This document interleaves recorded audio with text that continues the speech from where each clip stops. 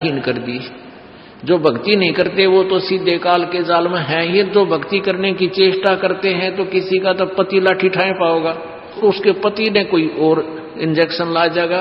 यो क्यों होया भाई, हम भी तो नाम ले रहे हैं, हम वहां जाते हैं, हम तो 6 महीने साल में कभी कभी जाते हैं, और आप कहते हैं 10वें दिन भाग लेते हैं। तो भगत ने नाम ना ले रखा तो वो परेशानी पैदा करेगा ही करेगा। किसी की पत्नी ने नाम नहीं ले रखा, भगत ने ले रखा है, तो वह सींग पिनाए पावेगी। किसी के कहने सुनते जानते क्या सुनी घर में होगी। काल ने तक करवाना है कि किसी प्रकार ये वहां जाना छोड़ दें, तेरे जाल में फंसे रहें, इसका तो पूरा प्रयत्न रहेगा। लेकिन पुण्यात्मा यु ज्ञान रूपी ढाल आपको इसलिए दी जाती है कि अपना बचाव करो और भक्ति मत छोड़ना चाहे कुछ भी हो। आप पुण्यात्माओं अपने घर के काम में ठीक है, पति पत्नी बच्चे सब कोई कार्य करना है तो सब मिलकर सलाह बनाकर कर लें, बहुत अच्छा होता है। उसमें कोई हानि लाभ भी हो जाती है तो विशेष दुख नहीं होता। उसमें अवश्य राय एक दूसरे की लेकर काम कर लेना चाहिए। और जब आता आत्म कल्याण का समय, उसमें किसी की राय की आवश्यकता नहीं। मान लीजिए आपने नाम लेना है और आपका पति नाट्य है, तो नाट्य जाएगा। ये अपने जीवन का सौदा तुमने खुद सोचना होगा, इसमें किसी की राय की आवश्यकता नहीं। आपने नाम लेना, आपकी पत्नी मना करती है तो करण दे, इसमें किसी की सलाह लेने की जरूरत नहीं, चाहे कोई राजी रहे चाहे नाराज रहे। यदि मीराबाई उस समय ये सोचती कि तेरी माँ क्या कहेगी, तेरे पिता क्या कहेगा, ये समाज क्या कहेगा, तू मंदिरों में जाती है, क्योंकि उस समय ठाकुर समाज अपनी बहन बेटियों को घर से नहीं निकलने देते थे, पर्दों में रखते थे।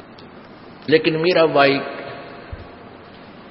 बालक नहीं रही थी, समझदार थी। वह उसको पता था कि आज तो मैं लोक लाज कर मैं आकर भक्ति नहीं करूंगी और फिर कुतिया बनकर बाजार में आंडूंगी, कोई मेरी इज्जत का रक्षक नहीं मिलेगा। तो ये ज्ञान से ही ऐसी दृढ़ता आती है। संघर्ष किया और सफल हुई, क्योंकि मालिक के नाम पर जो संघर्ष करते हैं सच्चे दिल से हृदय से, उनकी परमात्मा मदद किया करता है। ये पिछले इतिहास देख लो, क्या बताते हैं। मात पिता सुत स्त्री आलस बंधु कान, संत दर्श को जब चले ये अटकावे आण।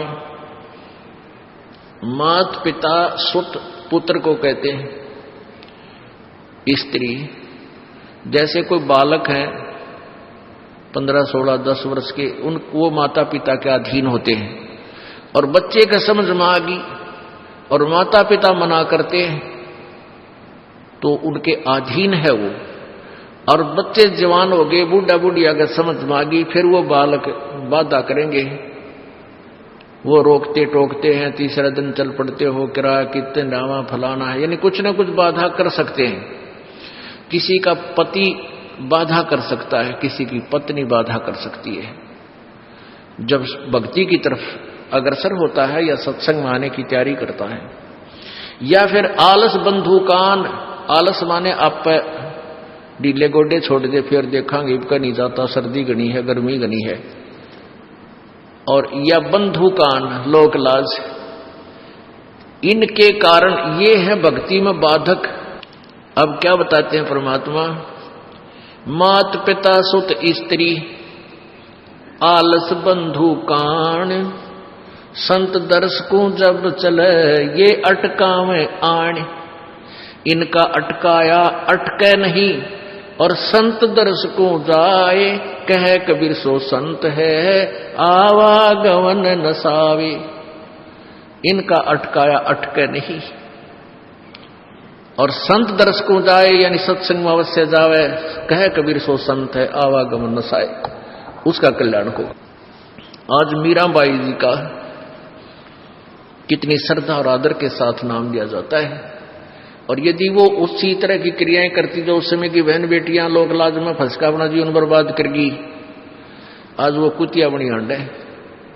परमात्मा कहते नकबे सर नकबे बनी वह पैर थी हार हमेल।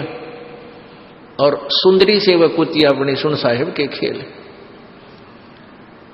बीबी पड़ते रहे थी डोडी लगे थी बार, अब गात उगाड़े फिरती है बन कुतिया बाजार। वो पर्दे की सुंदरी सुनो संदेशा मोर, इब गात उगाड़े फिरती है वो करें सराय